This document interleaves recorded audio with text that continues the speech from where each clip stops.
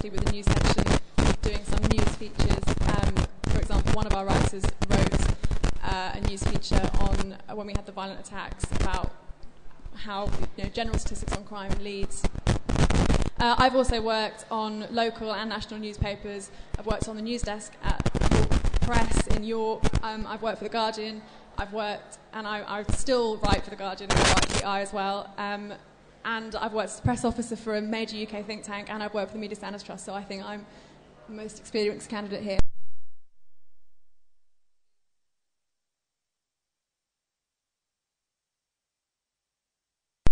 A good amount of pages. I think it's important to remember that in the newspaper, it's a 48-page entity. News only constitutes pages 1 to 7. LS2, I have a huge amount of experience in. I've been writing for the paper for 4 years. I was online editor 2 years ago of the music section, and in terms of outside of Leeds Student, I've done a lot of freelance work, and I've done professional work for Channel 4. I would echo what Simon says, in that it's not all about news. There's a great range of special features in there. As the sole editor of the text section this year, I really like to think I brought it quite a long way and made it a lot more attractive and lively proposition. And I hope to bring qualities like that to the entire paper, and really hope that students will be really able to find something that they enjoy in it. I've written for numerous different things over my teenage years and time, and I think that my qualities, entrepreneurial and planning will bring about quite a nice, broad and exciting paper. Thank you. You've all mentioned that you're responsible for certain sections within the paper as a whole. Are there any sections you're wanting to cut or add? I'm going to start with Simon. Tom brings up the satire section, but he says he'd expand Boy About Campus. Personally, I don't think Boy About Campus is good satire, so I would cut Boy About Campus, unfortunately. Tom? I believe that sections like Fly on the Wall and Boy About Campus aren't perfect where they are on page 2. They definitely need contextualising and changing and putting a dedicated satire section, so I think they're appreciated for the rather fun things that they are. Lucy? I obviously want to introduce a new one-page section, the careers section, which would have the columns on as well. But I think that it's necessary to talk to the sub-editors of sections that you're potentially thinking about cutting before you announce that you're cutting them. And I think it's important to work with the current editorial team and their writers that are hoping to be section editors next year before you make that kind of decision. Brilliant, thank you. Had some questions come through on Twitter.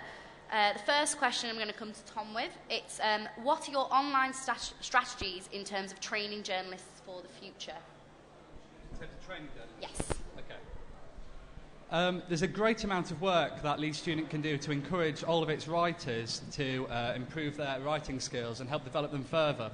I would hold regular workshops, I would hold guest speakers, I would include writers a lot more in the paper because we do a vast amount of content. And specifically online, I think there's a great opportunity to put as much content online as possible. We're not limited to 48 pages online. So by using online, I'll be able to take all the vast writing talent and help improve it and give readers a wealth of content. Same question to you, Lucy. I think it's important to let readers know about the vital differences between writing for print and writing for online. For example, online you need lots more images, you need to think about what's going to be your pull quotes.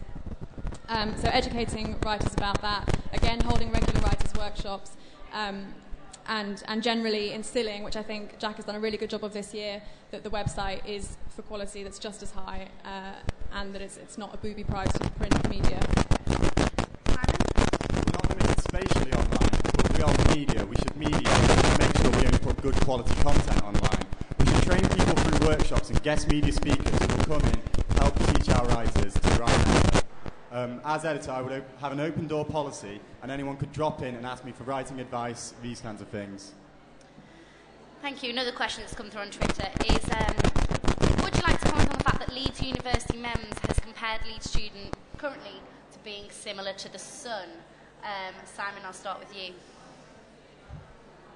We are considered, people do seem to consider us a tabloid at the moment, and it's important to remember that we are a tabloid in size.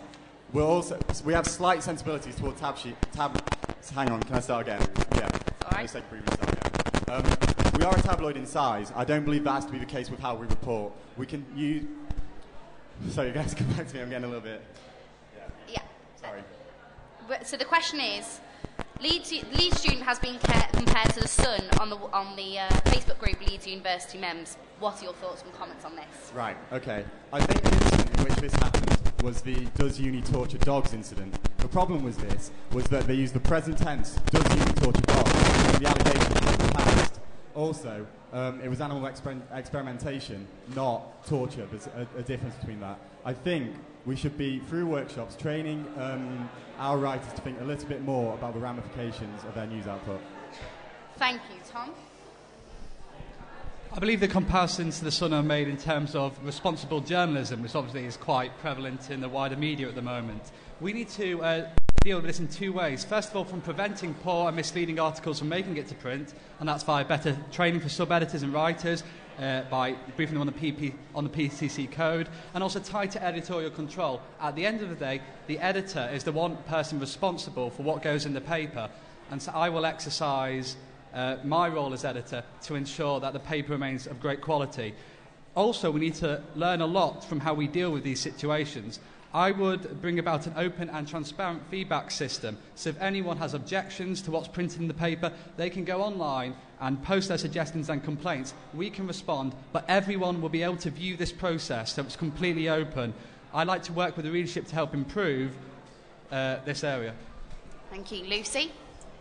I think this opinion has been formed because of two things. Firstly, some of the content in Lstv being slightly, I suppose we'd say, more women's magazine, slightly trashier, and then attention-grabbing headlines have led some people to call Leeds Student a tabloid this year. I'm not going to discredit the news stories written this year. I think there was merit in them. I think that I perhaps would have changed the tone. I would have perhaps not put them on the front page and put them further back in the newspaper. But I think the only way to get the Leeds Student that people want is to increase participation. And I've already sought to do this through Sock of the Week, and I would continue to do it through the online views page. And my job over the summer was for the Media Standards Trust, which aims for high standards in news media, and my job was to look through tabloids and pick out the errors and the sloppy journalism where they churned it from press releases. And I would apply all those skills and those people, those contacts that I have for advice to Leeds Student next year to improve it. Brilliant, thank you. Now I'm going to open up questions to the floor. Does anyone have a question on the floor? So you gentlemen, we'll just get a microphone to you.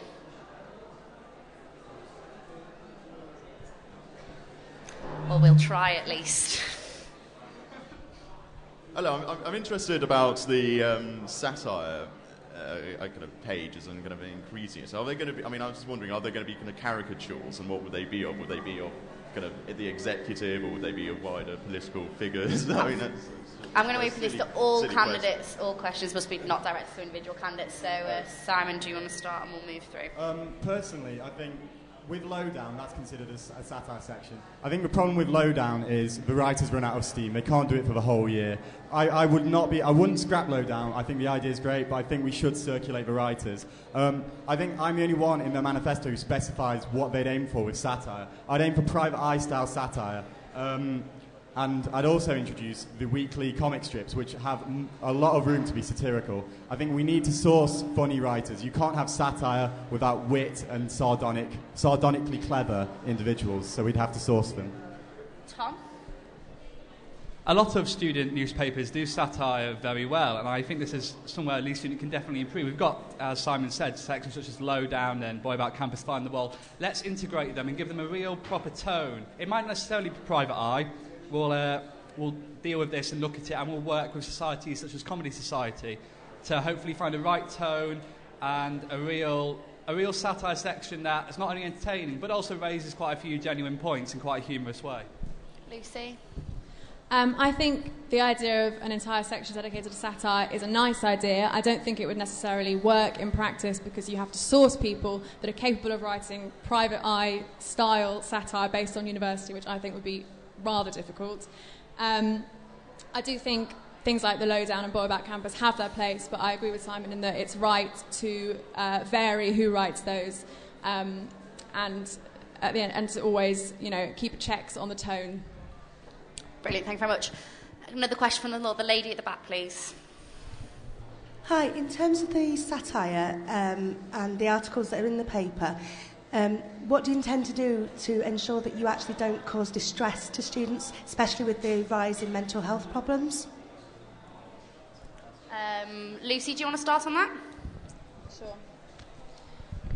I think ultimately it is the editor's responsibility to look through everything that's been written and just think about how it's going to affect different groups of people.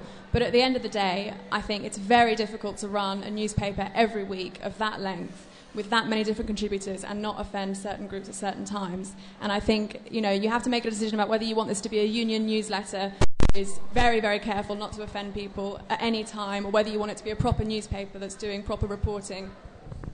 Brilliant, thank you. Tom?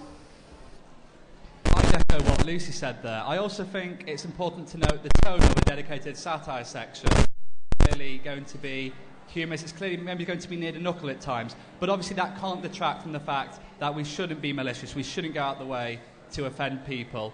And so it's going to be a careful balance of humour and taste versus, of course, avoiding causing offence. And we might not always strike that exactly. However, I believe strongly in freedom of speech, and so hopefully the satire section will have the right tone for people to take it in the manner which is intended in. Simon? If satire is a literary composition in which human folly and vice are held up to scorn, derision or ridicule, I do not believe, as Tom suggests, there can be one overarching tone of satire. Satire comes in so many different forms. The important thing is to make sure it punches up and not down at the people in power and their folly, not the people who have mental problems, as you say. Thank you very much. We only have time for one more question. Time restraints, but the lady on the second row. I was just wondering, from all three of you, what is the greatest contribution that you each think you have given to the Leeds student? And that could be a feature or a couple of pages that you have done that you think has done the most for the paper in the past. Tom, I'd like to start with you. This year I've been the sole editor of the tech section, so I've had creative responsibility there to really change the tone of it. We started off this year at the back of LS2, kind of an afterthought. It's now part of its own dedicated science and tech section with the help of the editor. And I really like to think I've made it into a much more appealing and much more broad lifestyle section. I think last year it was very dry, and so I've identified the problems there and made it much more appealing, and I'd love to do that with the whole paper next year. Lucy? I think the increased society participation has been a big contribution. Introducing Sock of the Week column, which gives more people a chance to get their voices heard in Leeds Student. I also think that I've consistently contributed articles that strike the balance between the student microcosm and things that are just intrinsically interesting. For example, I've interviewed the first lawyer allowed into Guantanamo Bay. I've interviewed an ex-member of the Libyan Islamic Fighting Group and various politicians. I think just generally making the LS1 feature section as good as it can be. And finally, Simon. I'm proud of all of my writing for the student paper this year, and I'm proud of all of my writers who write for the music section. But in the music section, I helped introduce workshops to help train our writers. We did an interview workshop, grammar workshops, and general writing workshops. And we believe that the quality of the writing after conducting these workshops greatly improved. This is in my manifesto, and I would extrapolate it to the whole entire paper. Thank you very much. Unfortunately, we've run out of time for Leeds Student. We're going to round up there. We're going to take a short 2-minute break, but next up we have the candidates for the Equality and Diversity Officer position. Thank you very much.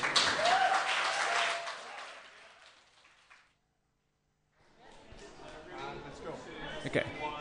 Hello and welcome to Question Time. This is the analysis section. We've had Leeds Student editors, 3 candidates, Lucy Snow, Simon Robotham and Thomas Barr. All these candidates have mentioned launching iPhone and Android apps alongside investigative journalism, as well as more Android apps, basically. Right, so far we have a Twitter feed. We've received some comments, and they've suggested...